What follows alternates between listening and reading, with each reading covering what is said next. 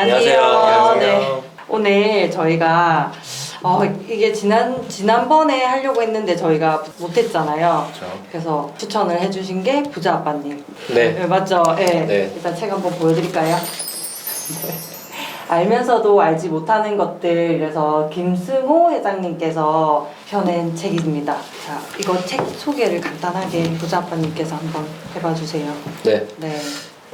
이미 김성호 회장님 같은 경우는 뭐 다른 수식어가 필요 없을 정도로 맨 땅에서 시작하셔서 미국에서 요식업을 이제 크게 성공하신 맞아요. 사장님으로 지금 알고 계신데, 지금 최근에 사장학개론이 출간을 했어요. 책을 다시 출간하셨는데, 출간 전에 사장학개론이 네. 나오기 전에 이제 일생을 거의 사장으로 살면서 본인이 겪었던 것들이나 자기가 생각했던 네. 것들, 그리고 그거를 이제 집대성했던 책입니다. 그리고 요거를 좀 더 다듬어서 돈의 속성이 나왔고, 그 다음에 사장님의 마인드 관점에서 다시 사장학개론이 나오는데, 그거에 이제 지금 최근에 나온 책의 근간이 됐던 책이라고 보시면 됩니다.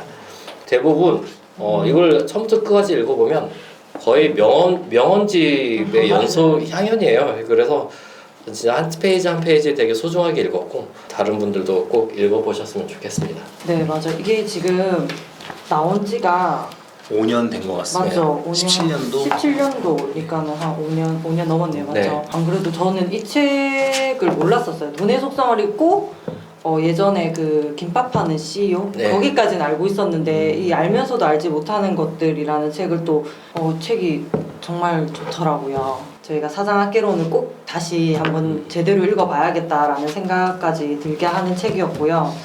이 책을 읽고 혹시나 저희가 좀 특별하게 나 이 부분이 너무 좋아서 한번 얘기를 나눠보고 싶다 하는 부분이 있으시면 게시판에 3번 네. 챕터에 이제 1장 부를 이루는 길에 3번 챕터 당신이 갖게 될 전체 부의 측정법 수각이론. 48페이지요. 수각. 지금 저도 네. 이거 얘기했는데, 수각이론 이걸 딱 보면서 어떤 생각이 들었으면, 예전에 읽었던 그 부자의 그릇이란 책이랑 네네. 굉장히 비슷한 말을 하고 계시는 것 같다, 이런 생각을 받았었어요. 부자의 그릇도 내 그릇을 키우지 않으면은 아무리 많은 돈이 들어온다 하더라도 그 돈을 다 제가 흡수할 수 없고 온전히 빠져나갈 수밖에 없잖아요. 그것처럼 이제 수각 이론에 대해서 굉장히 말씀을 많이 해주셨는데, 일단 수각이 어떤 거면은 저희 뭐 절이나 맞아요. 사찰 네. 같은데 가게 되면은 물 마시는 곳 있잖아요. 거기 이제 물이 맞아요. 흐르는 네. 그런 길을 수각이라고 하는 것 같아요. 도덕사, 네. 용봉사. 근데 이제 그 수각의 크기가 저 이제 그거에 맞게 본인의 수각의 크기에 맞게 이제 돈이라든지 이제 부 같은 경우에도 네. 그 수각의 크기에 맞게 갖출 수 있는데, 그거를 제대로 갖추지 못한다고 하면은 다 이제 빠져나갈 수 있다, 그런 말씀을 해주셨고, 거기에 굉장히 감명을 많이 받았고, 그리고 이 책에 나온 게 이제 한 3가지 정도 말씀하신 것 같아요. 네. 첫 번째로 원하는 것과 필요한 것을 구분해서 물건을 사라. 네. 저 같은 경우에는 물건 살 때 나중에 필요하겠지 하고 사놓은 다음에 집에 쌓아놓는 스타일이었거든요. 그래서 이게 좀 잘못되긴 했다, 이런 생각을 했었고, 두 번째가 굉장히 저한테 인상 깊었던 것 같아요. 이자의 무서움을 아는 것이다.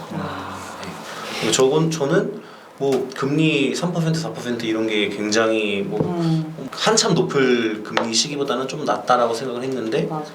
이제 1%에서 3%로 오르는 거는 굉장히 큰 폭이잖아요. 이 내용은 여기만 나온 게 아니라 그 전에 읽었던 저희 부따님이랑 같이 북토크했던 네네네. 그 책에서도 똑같이 이자의 무서움이 나왔었는데, 그래서 이게 사장이든 아니면은 사업가이든 똑같이 이자의 무서움 아는 게 굉장히 중요하다고 생각을 했고, 마지막으로 셋째, 수각을 채우고 난 뒤 밖으로 흐르는 물의 관리. 그러니까 이거 같은 경우에는 이제 내가 다 가지고 있는 게 아니라 뭐 배우자나 아니면 내 가족들, 그리고 나와 굉장히 친분 있는 사람들한테 흐를 수 있도록 해야겠다.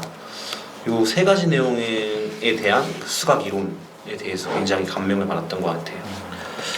그리고 이게 그 물이 채워지는 것은 천천히 이렇게 알아서 채워진다라는 식으로 그때 맞아요. 말씀하셨는데, 그거를 보면서 이제 뭔가 흐름대로 약간 그때 순리대로. 예, 이런 순리대로 이런 느낌을 받았어요. 그리고 이 김승우 회장님 책에서도 계속 나왔던 건데 굉장히 이제 빨리 부자가 되려고 하지 마라 이런 말이 나왔었잖아요. 돈의 이 책에서도 특성에서. 나왔고 돈의 예. 특성에서도 나왔고 맞아요. 예. 그리고 그런 말도 있었던 것 같아요. 젊은 사람이 멋있는 것은 당연한 건데 늙어서 멋있는 거는 굉장히 나 그거 진짜 멋있는 거다. 붙여놨어. 맞아요. 네. 나도. 그래서 네. 뭐 젊어서 멋있게 살려고 그거에 너무 이제 얽매여서 사는 것보다는 나중에 멋있게 살기 위해서 준비를 하라 이런 식으로 제가 이해를 해갖고 그 내용도 굉장히 좋았던 것 같아요. 맞아요. 멋지게 늙는 것처럼 인생에 멋진 것은 없다. 멋지게 젊은 것은 누구나 할 수 있기 때문에 어른들의 말씀과 고전에 쓰인 가르침이 세상 고마울 뿐이다. 이 거의 끝부분에 나왔던 거 맞죠? 네. 저도 이 수학 예. 얘기 나왔을 때 아 이거 우리 집에도 예쁜 쓰레기가 많습니다. 그걸 이번에 알았어요. 이제 네, 그러니까 네. 내가 원하는 컷하고 필요한 컷하고 구분을 해보자. 그래서 제가 샀던 물건들을 하나씩 보면서 지우셨어요. 필요해서 산 거, 원해서 산 거를 구분을 했더니 네. 대부분 원해서 샀더라고요. 오, 예쁜 쓰레기가 잘 산 게 아니죠. 그리고 나서 이제 마지막 이 장의 마지막을 보고 나서 굉장히 좀 반성을 많이 했던 게 사치하고 싶으면 이 돈이 늙은 부모에게 얼만큼 유용할까를 생각해봐라. 이 대목을 읽는데 너무 이게 내가 잘못 살았구나.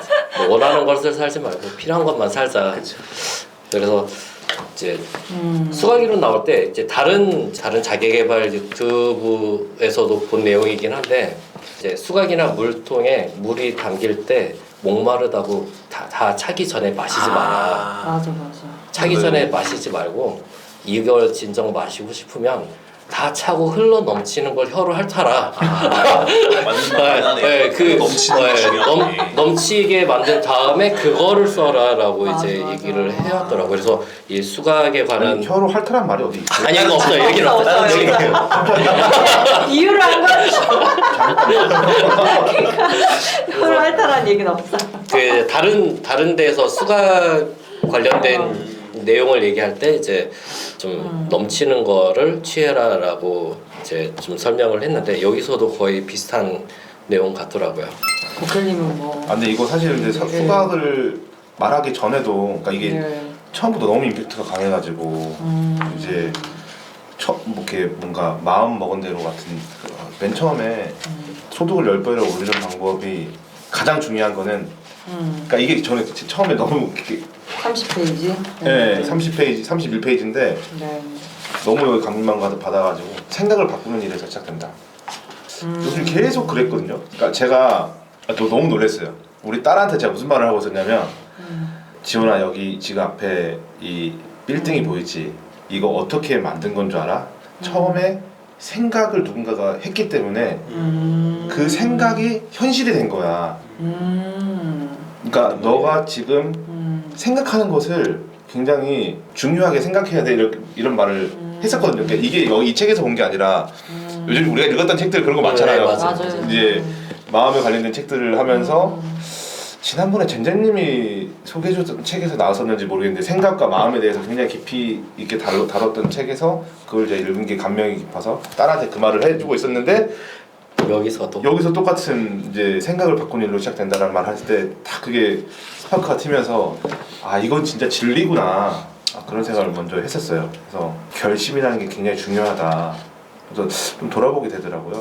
네, 맞아요. 그 생각을 하는 게 중요하다라고 나오고서 바로 나왔던 게 글로 적어봐라. 자신의 목표를 세부적으로 글로 적어봐라. 글로 적는 거는 효과가 있다라는 거를 여기서도 설명했고 이제 다른 이제 비상식적 성공의 법칙에서도 나오고 맞아. 다른 생각하라 부자가 되어라 이런 곳에서도 나오고 부자가 되어라. 맞아요. 이거는 좀 진리인 것 같아요. 어느 성공 스토리에서나 항상 나오는 이제 이런 진리처럼 좀 느껴지더라고요. 이걸 보면서 예전에 이제 김대중 대통령이 중학생 때부터 나는 대통령이 될 거다라는 거를 글씨로 써서 진짜요? 글씨로 써서 자기 진짜? 책상 앞에 너무 붙여놨었대요. 와. 그런 기억도 좀 떠오르고 그래서 아 진짜 효과가 있는 것 같다라는 생각이 들었어요. 전 그 부분도 굉장히 마음에 들었던 게 있는데 68페이지에 제 꿈은 100억을 버는 것입니다. 이 부분도 굉장히 이제 인상 깊었거든요. 어떤 게 인상 깊었으면은 중간에 한번 이런 얘기가 나와요. 이제 본인이 강의를 하고 있는데 청년의 목표에 대해서 이제 맞아. 물어봤고 그 청년이 나는 100억을 벌고 싶다 그렇게 얘기를 해서 이제 시계 풀어줬다고. 네 시계를 중간에 풀어줬다 그 얘기 하시는데 저는 그거 딱 보고 잠깐만 김승호 회장님이 풀어주는 시계는 얼마짜리 시계인가 아, 여기 하면서 적혀져 있어요. 검색을 해봤어요. 저는. 얼마요? 얼마짜리? 17만 원이더라고요. 네, 스위스제 몬데인 시계를 풀어 채워줬다라고 하셔서 그거를 항상 채워준다 하시더라고요. 이렇게 본인이 이제 어느 정도 희망이 있고 굉장히 꿈이 많은 청년들을 보면은 본인의 어릴 적이 생각나서 시계를 풀어주고 언젠가 다시 내가 본인한테 풀어준 것처럼 이제 본인이 생각하는 좋은 인재들이 나타났을 때 다시 그 시계를 풀어달라라고 해서 그걸 주신다 하더라고요. 근데 저는 그거 보고 이 시계 얼마짜리지 하면서 그러니까 뒤에 보면 중고 차량 타고 다니시는 네, 그런 맞아요. 분인데 그래서 뭐 타고 다닐 때 포터 타고 포터 같은 다녀요. 그 포터 타고 트럭을 다녀요. 네, 맞아요. 픽업 픽업 트럭. 트럭. 네. 픽업 트럭. 맞아. 그래서 내가 아직 속물이었구나 느꼈고 아, 좀 이 챕터가 굉장히 좋았던 게 이제 목표에 대해서도 얘기가 계속 나오거든요. 그래서 이제 목표를 세분화해서 관리를 하라라고 얘기가 나왔던 것 같아요. 그래서 목표가 세분화돼야 되고 목표가 정확해야 된다 이런 얘기를 해갖고 내 목표가 뭐였나라고 다시 한번 생각을 해봤어요. 근데 이제 제가 작년 한 10월 정도에 다시 한번 부동산 공부를 하면서 아파트를 사서 모아가겠다 이런 목표를 세웠던 걸 다시 훑어봤거든요. 그래서 제가 한 3개월 전에 켈리체 저자의 웨이싱킹에서 웨이싱킹. 이제 목표에 대해서 한번 저희가 얘기했던 적이 있었어요. 그래서 3750을 하겠다 이렇게 얘기를 했던 것 같거든요. 맞아. 3750이 제 네. 전화번호의 중간 자리였고 네. 37년에 50억 50억의 자산을 50억 50억 50억을 만들겠다라고 해서 그 목표를 세웠던 건데 그때 그 목표를 지금도 가져가고 있어요. 근데 더 작년 것 같은데. 22년 말에 세웠던 목표 그걸 다시 보니까 거의 비슷하게 가고 있더라고요. 아니 그 37세는 몇 년도예요? 37세요? 네. 37세면 한 4년 남은 것 그럼 같습니다. 37세 50억 어때요? 아니 근데 2037년보다는 가능할 수도 있을 것 같아. 자산이잖아. 37년이었어요. 37세가 아, 아니라? 37년. 그러니까 37년이었는데 제 생각에는 그냥 37세로 바꿔버려요. 저는 이제 김승호 회장님처럼 빨리 벌자. 네, 천천히 길게 보면서 아. 네, 자산을 축적하는 게 맞는 것 같았고요. 네. 어쨌든 그때의 목표랑 지금의 목표랑 그리고 지금 가고 있는 방향이랑 어느 정도 맞고 있는 것 같아갖고 굉장히 아직까지는 엇나가고 있지 않구나 이런 생각을 하게 된 챕터였던 것 같아요. 저도 요 챕터 읽으면서 마지막에 써놨어요. 와, 저도요. 많이 길게 써놓으셨는데? 저도 뭐야, 다 읽어. 한번 읽어봐. 뭐야? 무서워. 진짜 똑같은 페이지에 다 적어놓은 거예요? 73페이지에 다 적었어요. 그러네, 적어놨네. 네. 무서워. 나도 지금 적어야겠네. 이 사람이 너무. 나도 연락한 거 아니죠? 아니에요. 대박. 한 사람씩 읽어봐. 아니 서로 카톡도 하나 안 해요. 너무 웃긴다. 부장관님 뭐라고 쓰셨어요? 저는 네. 목표는 항상 고정이었어요. 27년 10월 2일 전에 부동산과 사업으로 100억 자산가가 된다. 그래서 이제 23년, 24년, 25년에 부동산 개수 적어놓고 이제 부수입하고 사업은 이런 거 하겠다라고 적혀 있습니다. 오케이. 저는 네. 사실 요 목표라는 얘기를 할 때 좀 머뭇거렸어요. 아직 제가 더 뚜렷하게 아까 뭐 대통령이 되겠습니다. 뭐 100억 자산가가 되겠습니다. 이런 식의 뭔가 뚜렷한 한 문장이 없더라고요. 그러니까 그래서 저는 어떻게 적어놨냐면 2024년까지 은행 이자를 내지 않을 정도로 빚을 청산한다. 2024년? 내년이네. 네, 맞네요. 이자에 지금 저는 시달리고 있어요. 이자를 내지 않을 정도로 빚을 청산한다.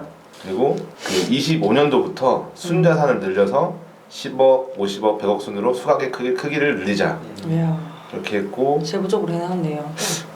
그런가요? 되게 주관적으로 적어놔가지고 이제 그리고 마지막에는 제 꿈은 고덕 캘리포니아이다.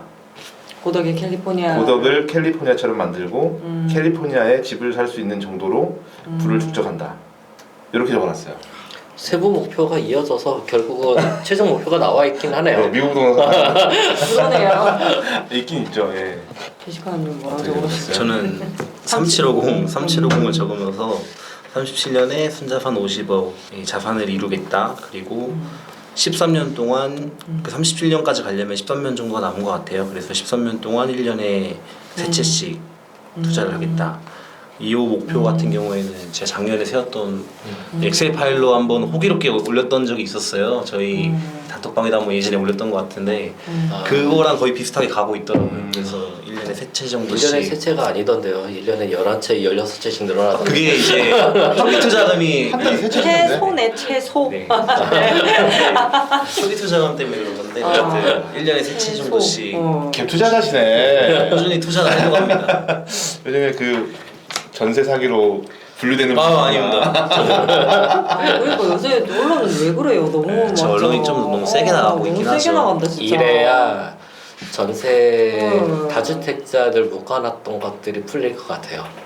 아. 이거의 이면에 그게 이게 숨어져 기회가 될 수도 있는 이게 거죠 지금. 숨어져 있을 것 같아요. 왜냐면 그냥 명분을 만들어줘야 네, 되니까. 임차인들이 자꾸 역전세 나서 이걸 못 돌려받고 이제 그 전세 미반환 사고잖아요. 맞아요. 이 사고를 방지하기 위한 임차인들한테 대출 활용할 거를 풀어주는 게 아니라 보증금 반환 사유 때문에 이제 임대인들이 대출을 받아야 되는 게 맞는 거잖아요. 결국은 임대인들 대출이 약간 저는 풀릴 거로 보고 있어요. 오히려 이거를 계속 그 이슈화 시키고 좀 이렇게 이제 임차인 보호하기 위해서 너네가 대출을 받아서 너네가 이자 내야지 이게 맞는 소리 아니냐 이런 형태로 좀 갈 거라고 저는 그냥 예상만 하고 있거든요. 그러니까 그때 저희 부따님께서도 얘기하신 게 전세는 저 채권이라고 생각한다고. 저도 그 말이 되게 와닿았거든요. 맞아요. 그러니까 채권. 채권이 어떻게 맞는 것 같아요. 네. 어쨌든 돌려줘야 되는 돈인데 그걸 무이자로 네. 저 의자로 네네. 갖고 있었죠. 제가 전세 관련된 잠깐 공부를 해봤거든요. 네네. 그러니까 너무 전세 하니까 왜 이렇게 전세를 죄악시하나. 대한민국의 전세제도 이제 그러니까 유일하다. 그러니까 전 세계 중에서 다른 나라도 있긴 있지만 이제 한국이 굉장히 이제 두드러지게 전세가 이제 많다라고 얘기를 하잖아요. 근데 결국은 우리도 그 외국처럼 선진국처럼 월세로 가는 월세로 게 넘어갈 거다. 그 이런 부작용 같은 게 없는 것 같은데 왜 전세가 생겨난 줄 아세요? 왜 전세가 생겨난 이유? 나 들은 거 월세 같은데. 때문에. 아니 그 우리나라가 전쟁을 한번 겪으면서 모든 집이 다 부서지고 이제 이거를 이제 주거 환경을 만들어줘야 되는데 그 주거 환경 만들어주기 위해서 전세제도가 생겨난 거로만 알고 있어요. 굉장히 제가 공부한 부분하고 비슷하십니다. 그러니까 그 우리가 고도 성장기를 거치면서 집이 굉장히 부족했고, 그러니까 정부는 도시를 만들어야 돼요. 결국 도시를 만들고 이렇게 그러니까 뭐 50년 주기, 뭐 100년 주기로 우리가 집도 이렇게 리모델링 해야 되듯이 우리나라가 이제 그 도시를 재건해야 되는데 그거를 하기 위해서 건설사 그리고 집주인, 세입자 이 세 명의 이해관계가 딱 맞아 떨어지는 거죠. 그러니까 세입자가 전세 대출을 통해서 집주인에게 일종의 그 아까 그 채권 관련된 부분들을 집주인과의 서로 간의 어떤 니즈가 확 됐잖아요. 이 두 사람의 니즈가 채워지면서 건설사도 이제 건설을 할 수 있는 자금을 확보할 수 있는 거죠. 그러니까 그 세 명의 세 주체의 이해관계가 딱 맞아 떨어지죠. 그러니까 얼마나 없으면 약간 공유 경제 같은 거죠. 그렇게 하면서 우리나라가 정부가 그렇게 도시를 만들고 성장해 나갔던 거죠. 정부는 그렇게 전세에 대한 혜택을 가장 많이 받으면서 그렇지. 지금에 와서는 갑자기 적폐몰이를 하고 있는 부분들이 좀 저는 어떤 의도가 있다고 생각을 하기 전에 어떤 생각을 했냐면 멍청하구나. 단순하게 저는 그냥 기자가 정말 멍청하구나. 첫 번째 기자들이 그걸 분류를 못 하잖아요. 그리고 만약에 그걸 분류할 수 있는 인지 능력이 있다고 할지라도 어그로를 끌기 위한 아주 난잡한 저급한 방법을 선택한 거죠. 그렇죠. 그러니까 미디어의 수준이 기자 정신이 없다라고 저는 첫 번째 봤고, 두 번째 그거를 정부가 계도하지 않고 더 오히려 기대어서 꿀을 빨고 있는 그 모습들, 그냥 멍청한 것들 저 혼자서 죄송한데 되게 똑똑한 척 하지 말라 그랬는데 그냥 네. 약간 제가 알아서 그런 게 아니라 공부를 해보니까 이게 답인데 이랬는데 되게 뻔뻔하네. 알고 있으면서 계속. 네. 맞아요. 그리고 잊어버렸다는 것도 진짜 멍청하네 이런 생각을 좀 했었어요. 어쩌다 전세 얘기를 했네. 아니 근데 그런 그 얘기도 근데 우리가 전세가 사라지면 이 월세 시장이 또 감당이 안 될 것 같다는 그것 그렇죠. 폭등하죠. 뭐 전세가 네. 월세 상승을 그 뒤에서 잡아 당기는 역할을 하고 있으니까 아마 전세가 사라지면 지금의 월세보다 최소 2배 이상은 뛰지 않을까 싶어요. 그러니까 전세 사기나 보증금 위반하는 관련된 사고가 안 나기 위해서는 네. 월세 시장으로 가는 게 맞고 그러면 세입자나 임대인이나 건설사나 각자가 펜더멘털이 아주 그냥 체력이 기초 체력들이 다 각자가 있는 상태라면 정말 그 국가는 중산층 국가가 될 수 있고 많은 사람들이 이렇게 부를 이제 축적하고 있는 아주 안전한 국가인 걸 텐데 아직 우리나라는 그걸 분리하기에는 그만큼의 성장이 안 너무 됐다. 좀 이렇게 시기상조다라는 생각이 좀 이게 맞는 것 들더라고요. 같습니다. 예, 수각을 키워야죠 우리나라도. 저는 이렇게 적어놨는데 이부 되게 와닿은 부분이 두 군데가 있었는데 아까 얘기랑 조금 비슷해요. 몇 페이지예요? 332페이지, 333페이지 여기 보면 거인 얘기가 나오잖아요. 나는 사실 내 안에 거인이 있다는 것을 알고 있다. 내 안에 거인을 깨우기만 하면 저 두 꿈들이 이루어진다는 것을 알고 있었다. 그 거인이 반드시 깨어날 것이라는 것도 알고 있었다. 그렇게 될 때까지 나는 내 인생의 최고의 나를 만나리라는 거를 알고 있었다. 이 얘기를 하는데, 그러니까 모든 사람들이 본인의 이제 거인을 깨울 수 있는 능력이 되는데, 그러니까 그걸 이제 깨고 나올 수 있는 게 내 자신이라는 거잖아요. 그러니까 그 얘기를 하시는데 이 부분하고 339페이지 바로 뒷장에 보면 지금 커다란 난간에 봉착해 어찌할 바를 모르는 누군가가 있다면 그에게 해주고 싶은 말이 있다. 지금 바로 깊이 있는 생각을 하라고 말이다. 이 세상의 어떤 난간도 당신이 고요한 침묵 상태에서 모든 힘을 다해 문제 해결을 위해 집중하면 이를 막을 난간은 없다고 말이다. 혹시 몰입이라는 책 보셨어요? 저는 요즘에 유튜브 알고리즘이 몰입을 항상 말하고 있잖아요. 알고리즘. 재료공학부 네, 교수님. 그분도 보셨고. 황 교수, 왜 이렇게 알고리즘이 다 똑같아요, 우리? 황 교수님 맞아요. 그 자청님도 최근에 몰입이라는 맞아요. 그분 추천하던 유튜브가 그분 내거든요. 맞아요. 저 요즘에 밤마다 그 몰입하고 있어요, 사실. 그러니까 그렇게 52시간인가 몰입을 하면 어떤 문제도 해결이 안 될 문제가 없다고 네. 얘기를 하더라고요. 아 그래요? 네, 그러니까 3일 동안 내가 그 하나의 그걸 가지고 계속 몰입을 하고 있으면 그게 무조건적인 답이 나온대요. 부부관계도요? 한번 해보세요. 되겠죠. 나 이거 찍어 보내줄라 했는데 여기 있었는데 이거 배우자 얘기. 있어요. 돈 가지라 그러더라고. 아 진짜. 알고 돈도 있어요. 나누고 가정의 평안. 항상 근데 김수 회장님 그 말 하시는 것 같아. 가정의 평안을 얘기를 하시는데. 저는 그 부분이 네. 저는 그 부분 말을 보면서도 하겠습니다. 괜히 침묵하겠습니다. 생각나면서 이 245페이지에 칭찬과 245. 비방에 담대해질 때 이 부분도 맞아요. 좀 곡해님 생각이 나더라고요. 그래요? 200. 200. 아 칭찬과 비방에 담대해질 때. 저도 제가 생각났어요. 그렇죠. 나도 여기 줄거 눈에 띄는 모든 것은 누군가 떨어뜨려 하기 마련이다. 네. 이건 사람의 본능인 것 같아요. 맞아요. 알고 있으면 사람- 떨어뜨려 하고 싶어하고 맞아. 조금이라도 유명해지거나 앞으로 나서면 이유 없이 돌을 던지는 사람이 생긴다. 그래서 이건 제가 알고 있던 건데 여기 나오는 거에 잠룡무룡이라는 얘기가 있거든요. 그래서 잠룡무룡이란 말이 있듯이 세상을 급히 바꾸려 하거나 자신의 이름을 함부로 드러내지 않아야 한다.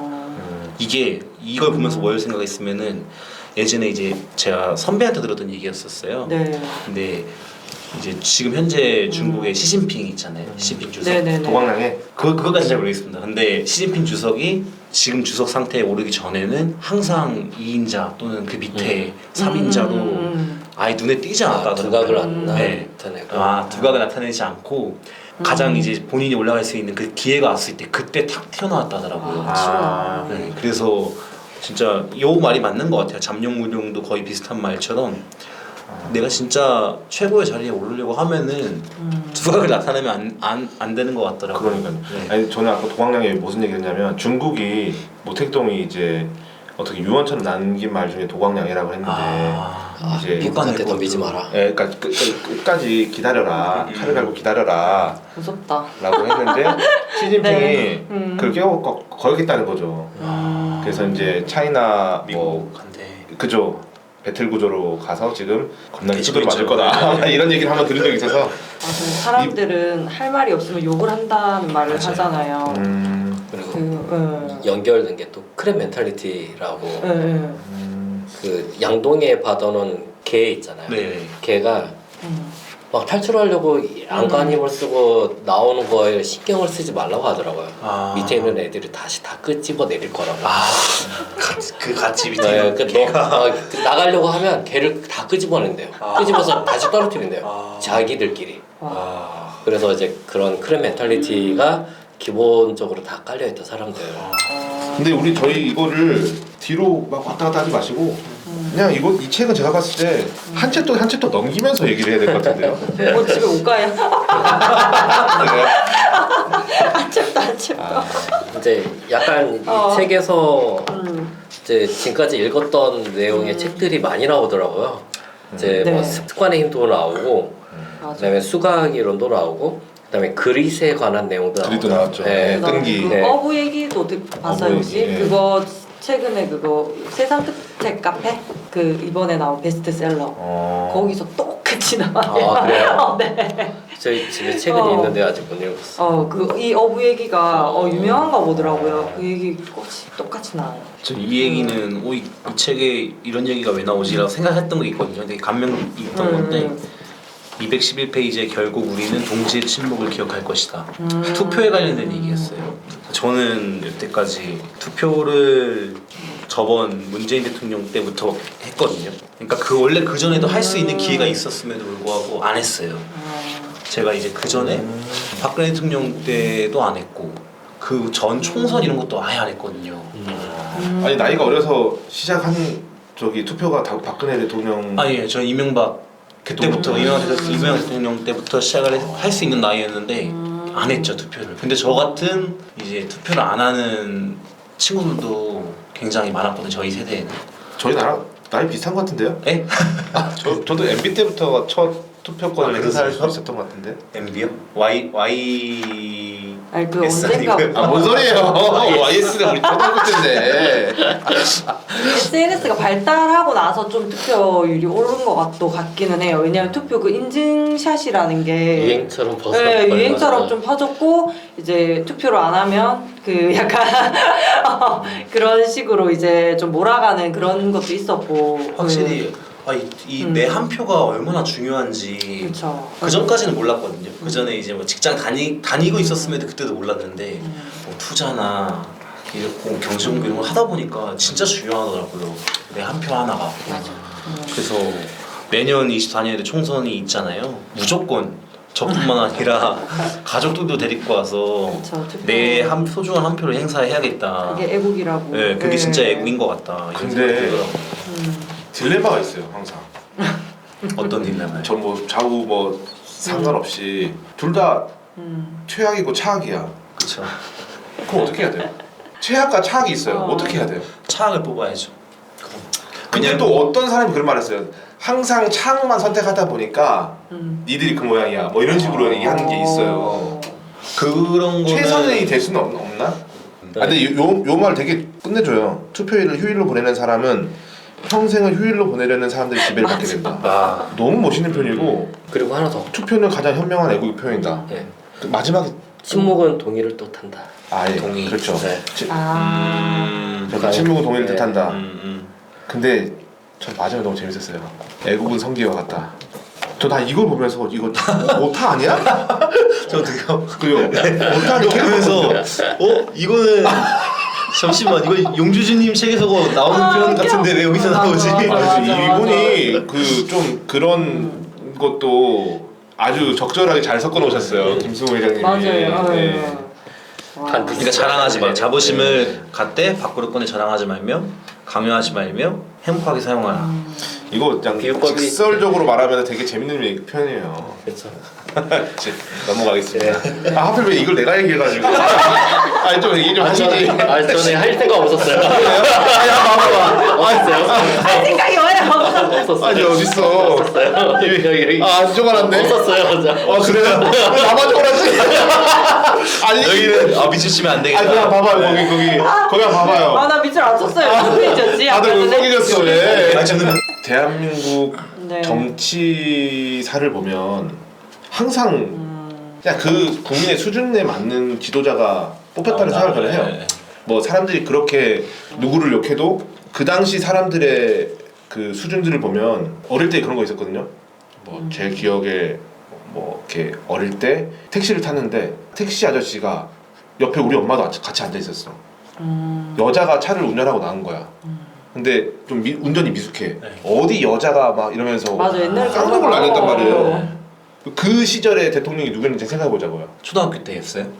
그죠? YS 아까 말씀하신 이제 YS. 약사로 얘기해요? 전두환. 전두환까지는 아니고 그때는 저는 이제 응어리 하고 있을 때였고 아빠까지는 안 가요? 너무 같잖아. 그 다음 노태우 대통령 때였던 것 같아요. 그러니까 뭐 욕할 필요가 없어요. 저는 그때 어릴 때 뉴스를 보면 너무 놀랐던 게 어제 대통령이었는데 갑자기 죄수복을 입고 재판받는 모습이 아직 뭐 이미지 각인돼 있어요. 그래서 정말 저 사람들이 뭘 잘못을 했을까라고 어릴 때 한번 고민을 해봤거든요. 저는 그 사람보다 이 택시기사 아저씨가 더 밉더라고. 제가 봤을 때 시야는. 아무튼 그 시대의 그 사람의 수준이 그 리더자를 이제 맞아요. 대변한다는 생각이 들어서 큰 걱정은 안 합니다. 투표에 집중하기보다 교육, 뭐 나와 내 자식들, 내 주변 사람들에게 좋은 것, 선한 것들을 이 지금 김성호 회장님이 하시는 것처럼 흘려보내는 것들을 하는 사람들이 많아지면 이제 세상이 변한다. 그 뭐 바닷물 2% 소금 비유하잖아요. 2%의 소금이 바다를 짜게 만든다. 그런 거에 집중하는 게 더 괜찮지 않을까라는 생각도 좀 해보게 됐습니다.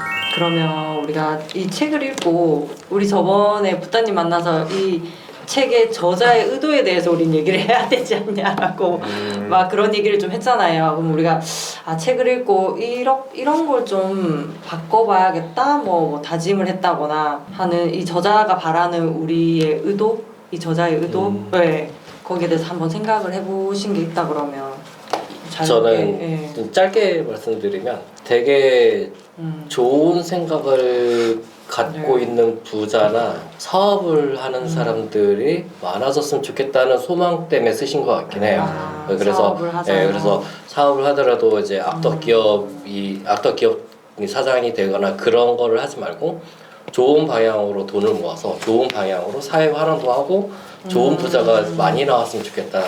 결국은 우리나라에서 좋은 부자가 많이 나오면 우리나라 자체적으로도 그 궁역도 많이 키워줄 수 있고 그래서 좀 그런 형태로 저는 책을 좀 읽었거든요. 그럼 이제 개인적으로 이런 거를 전부 다 접목할 수는 없지만 여기 중에 얘기한 것 중에 한 최소한 5가지 정도만 뽑아서 이거에 따른다면 지금보다는 더 나은 생각을 갖고 있는 부자가 될 수 있는 확률이 좀 더 높지 않을까.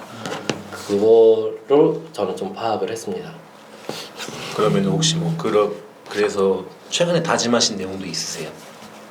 이거 이제 저는 아까 그릿에 관련된 내용을 좀 읽다가 절대 느린 것을 염려하지 마라, 멈추는 것을 염려하라 라는 글귀가 77페이지에 나는 이거를 수영에 비유했었는데. 그래서 네네. 최근에 저는 네. 작년부터 투자를 시작한 굉장히 늦었다고 판단을 해서 좀 급하게 좀 제 실수도 많이 하고 제 머릿속을 되게 굉장히 어지럽히고 좀 빨리 가야겠다는 생각이 굉장히 많이 잡혀 있었거든요. 이걸 좀 읽고 멈추지만은 말아야겠구나. 그리고 이제 또 밑에 또 글을 좀 적었는데 지금껏 편하게만 살아왔다. 그 힘든 거 회피하고 도전해서 실패할 수 있는 것들이 조금이라도 리스크가 나오면 도전 안 하고 그 주말에 취미생활하고 좀 편하게만 살아왔다. 그래서 남은 60년 남았나요? 너무 많이 살아요. 네, 남은 60년은 좀 도전하는 삶을 살고 좀 이런 개인적으로 좀 편하게 사는 거를 좀 자제를 하고 도전과 열정적인 삶은 60년을 보내겠다라는 다짐을 이때 여기서 좀 했습니다. 맞아. 이 부분하고 우리 거의 끝에 보면 인생의 변곡점을 지날 때라는 또 챕터가 나오거든요. 좀 연결이 되는 것 같아요. 몇 페이지예요? 이게 보면 350페이지 거의 마지막쯤에 나오거든요. 어느 정도 이제 임계점이 지나면 사람이 이제 요즘 그런 생각을 좀 많이 해요. 앞전에 해왔던 일을 한 10년 정도 했던 일을 제가 일을 멈추고 나서 어떤 생각을 했냐면 나는 참 이제껏 뭘 했지라는 이 생각을 진짜 많이 했거든요. 나는 뭐 지금까지 내가 별로 제대로 한 것도 없고 그냥 이렇게 좀 사업은 하긴 했는데 막상 크게 성공한 것 같진 않고 막 이런 생각을 진짜 많이 했었어요. 근데 제가 어느 순간 어떤 생각을 했냐면 내가 이 10년이 없었다 그러면 내가 현재 내가 없었을 거라는 또 생각을 딱 어느 순간 하게 되더라고요. 그래서 이제 제가 이 채널 말고도 제 개인 유튜브 채널이 있는데 이제 거기서 이제 제가 했던 업에 대해서 이제 영상을 좀 한 번씩 찍었어요. 찍고 이제 올렸는데 어떤 분이 저한테 장문의 메일을 오셨더라고요. 근데 진짜 제가 그거를 읽고 그러니까 자기가 진짜 용기를 내서 메일을 적는데 너무 본인도 지금 사업을 하고 있는데 꽃가게를 하고 있는데 너무 힘이 들대요. 너무 힘이 들고 지금 뭐 사입비도 거의 동이 나고 신뢰를 무릅쓰고 제가 너무 급박하니까 이렇게 장문에 이제 좀 도와달라는 거예요. 자기를 좀 이렇게 컨설팅 좀 해달라 이런 식으로 장문에 카톡이 왔는데 그걸 읽고 내가 어떤 생각이냐면 내가 이제껏 그래도 내가 헛짓거리를 하진 않았구나. 그죠. 그냥 보람된 일을 뭔가를 했구나라는 딱 생각을 하면서 이게 내 전문 분야니까는 진짜 막힘없이 술술 다 나오는 거예요. 지금 본인이 하고 계신 거에 대해서 제가 뭐 자세히는 모르겠지만 뭐 이런 방법으로 했어 이렇게 했는데 이 책을 읽으면서 딱 어떤 생각이 드냐면 이 회장님도 하시는 말이 어떤 성공이든 이 실패를 안 해본 사람은 없었고 맞아요. 그러니까 연예인도 무명 시절이 분명히 있었던 거예요. 그러니까 그 기반이 어느 정도 계속 깔린 상태에서 어느 순간 갑자기 확 성공을 하는데 사람들이 이제 그 성공한 그 순간만 보는 거죠.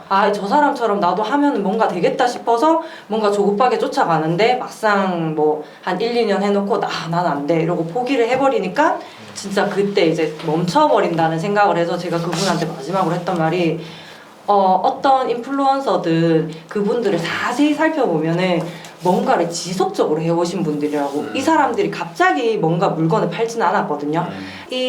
뭐 예를 들어서 내가 육아를 엄청 잘해서 그 육아에 관련된 뭔가를 계속 이제 소통을 하면서 그 팬덤 뭐 커뮤니티를 형성을 한 거예요. 그러면 거기서 갑자기 이제 육아템을 판 거예요. 그럼 이제 그 사람의 육아 방식을 봐왔던 사람들은 이 사람에 대한 신뢰가 있기 때문에 이 물건을 사주는 거거든요.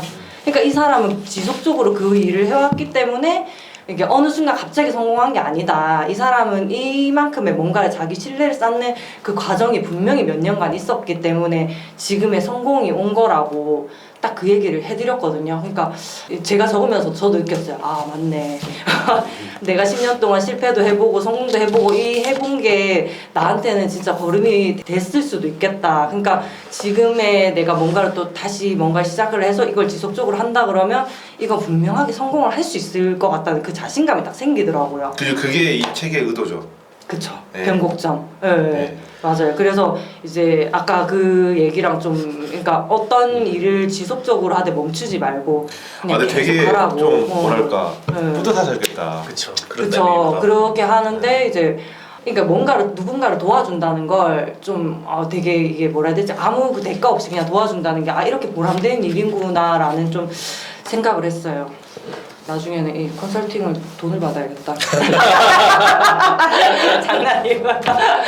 네. 저는 또 이런 생각. 저는 뭐 아무 그거 없이 그냥 순수하게 막 이렇게 가르쳐 드렸는데 그 101 그 원원 거기 클래스 들어가니까 저랑 똑같은 비슷한 맥락을 얘기하시는 분이 돈을 받고 강의를 하시더라고요. 소싱으로 그러니까 이렇게 좀 잘 포장을 해가지고 얘기를 하시는데 내가 다 아는 내용인데? 라는 생각이 딱 드는 거예요. 그래서 저렇게 사업을 하는 거구나 라는 생각도 했고 네. 그래서 뭔가를 좀 지속적으로, 그러니까 내가 안 된다고 그 순간 포기하지 말고 이렇게 뭔가 기반을 꾸준하게 다지면 어느 순간 폭발적으로 팍 그 치고 올라가는 그 시기가 딱 있는 거야. 아까 그 시진핑 얘기하신 것처럼 뭔가를 깔아놓고 그 순간이 분명히 올